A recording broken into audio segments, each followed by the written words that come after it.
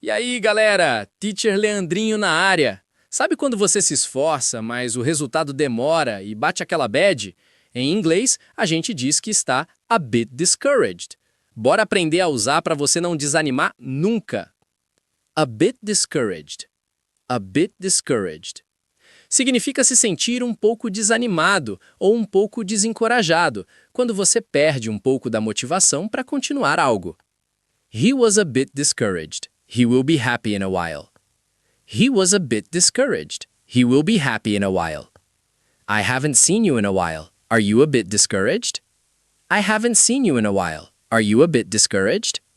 After not seeing results in a while, she got a bit discouraged.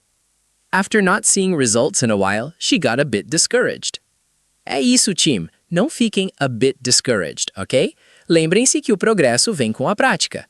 Dica: troque a bit por a little ou slightly. Keep going. You're awesome. See you in a while.